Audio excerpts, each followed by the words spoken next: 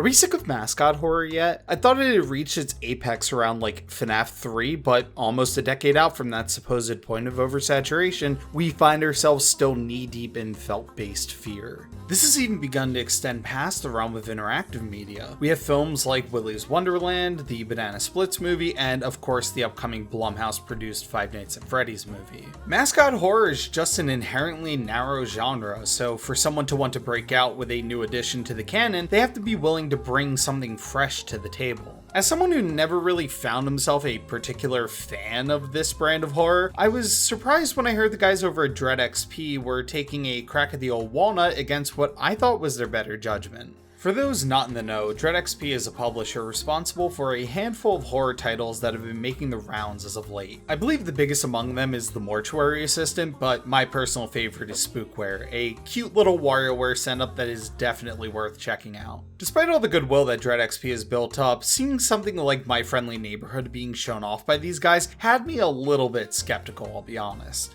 When I first saw the game, I kinda thought it was just trend chasing, and then soon after some gameplay came out, and then finally a demo dropped. Don't get me wrong, this isn't some 10-minute affair. This is a real ass meaty demo that perfectly encapsulates everything the devs want to do with this title. Speaking of the devs, My Friendly Neighborhood was developed by John and Evan Szymanski, brothers to Dusk developer and my Twitter nemesis, Dave Szymanski. Now, I'm gonna say a lot of nice things in this review, so I'd like to let you know now that I received a free code for this game from Dread XP, and I want to very earnestly say both thank you and also fuck you. Thank you for being so generous, but also, I want to give you money, you bastards! Let me pay you! Despite some early apprehension, I can confidently say My Friendly Neighborhood is fantastic. While I tend to loathe mascot horror for being incredibly uniform and lacking in any room to flex some creative muscles, the My Friendly Neighborhood guys tapped into something very near and dear to me,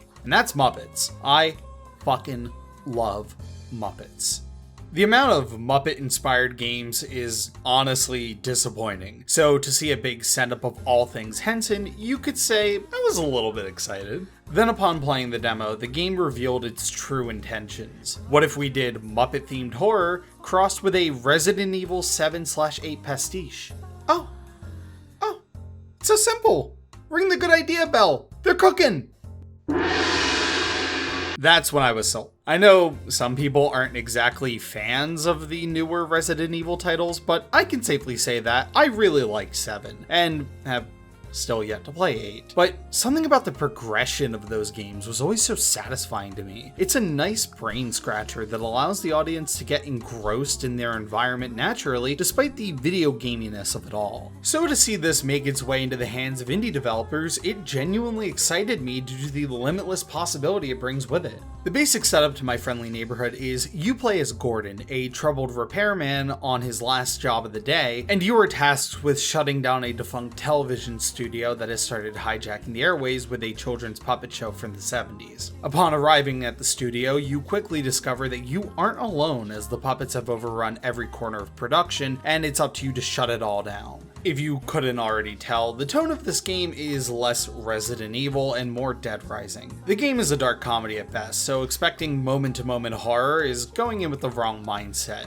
But as a dark comedy, the game absolutely nails it. Everything is equal parts funny and also kind of tragic and just weird. This running concurrently with a background story told through newspaper clippings about a war in definitely not Vietnam combines to give the game a strange yet engaging atmosphere. The main enemies you face off against are the aforementioned neighbors, life-sized puppets that waddle menacingly towards you to give you a big deadly snuggle. While not physically intimidating, there is something hilariously unsettling when it comes to their dialogue. Oftentimes, when unalerted, you can find the neighbors standing around babbling to themselves things like lessons about sharing, the value of hard work, the alphabet, and other children's show staples. There's something so unnerving about wandering into an area you aren't familiar with, and off in the distance hearing the soulless ramblings of a plush golem.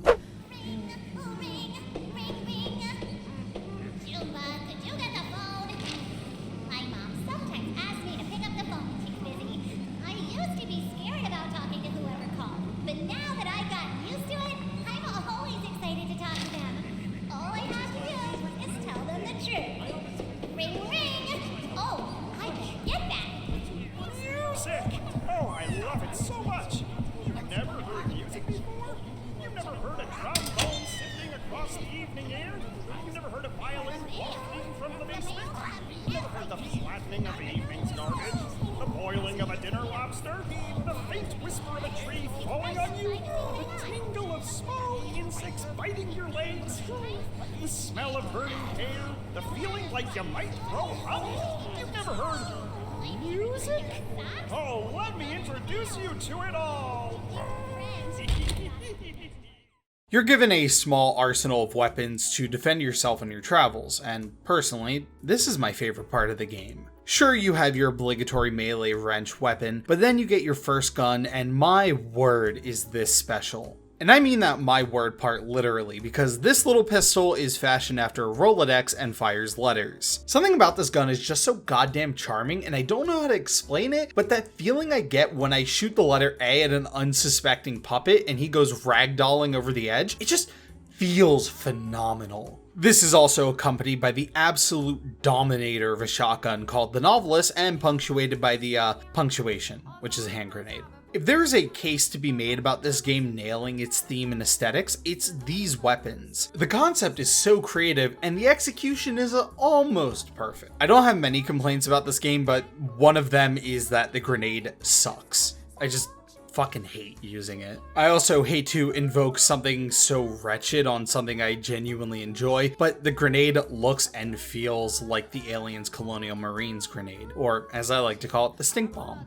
While I'm already here, I might as well get my other complaint out of the way. The melee combat is so wonky. I think there's something off about what they consider melee range in this game, because this wrench looks like I'm hitting them with my mind. I was expecting the System Shock 2 wrench, where you have to stick it up a mutant's nose to get any sort of meaningful damage out of it, but our man Gordon must be one of those inflatable things outside of car dealerships, because he's nailing these dudes from like 20 feet away. The other problem with it is that it just doesn't feel consistent. Sometimes I feel like I'm farther away and get a hit off, sometimes I feel like I'm closer and I'm whiffing. It's to the point where it's difficult to adapt to, and it kind of gets infuriating when I can't hit my enemies but they're able to force choke me from another zip code. In a standard run and gun FPS, some shoddy hit detection can be forgiven, but in a resource-based survival horror game, it's kind of a no-go.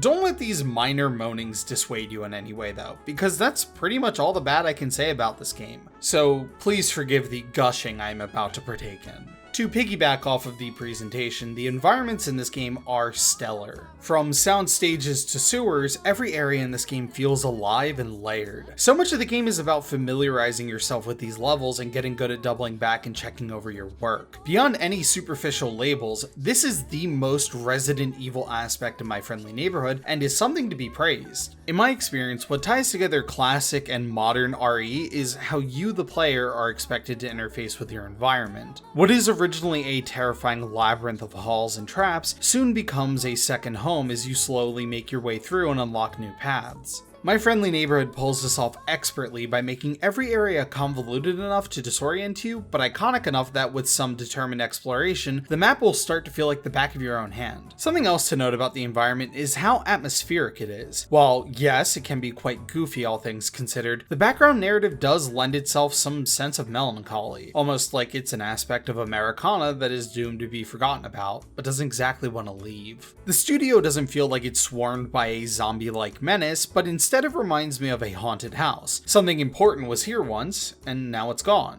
To do a little bit of speculation, perhaps it has something to do with the war that is constantly referenced. A painful and regrettable time for this world is inexorably linked with something that was meant to promise a bright future. To forget the pain of one is also to forget the joy the other may have brought.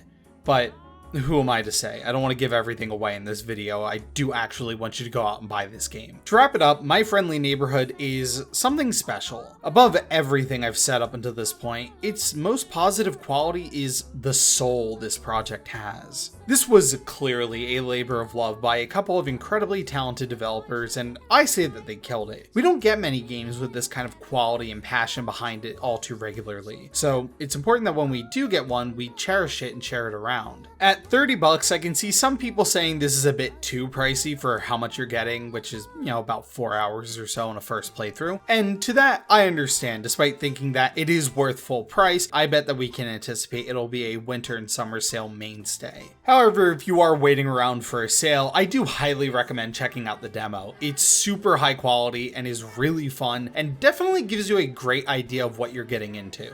I want to end this off by saying thank you again to the guys over at DreadXP for the code. It's actually the first code a dev has ever provided to the channel, so this is really special to me and it means a lot. So once again, thank you. And with that, my name is Michael, and let's talk again soon. Doesn't matter what happened yesterday. All of those worries and throw them away. Gonna have a good time, gonna have a blast. Let's get out and make this day last. So drop on by and don't be shy. Come on, we all are waiting for you. So come to where your family, for you and me, the friendly neighborhood. Yeah!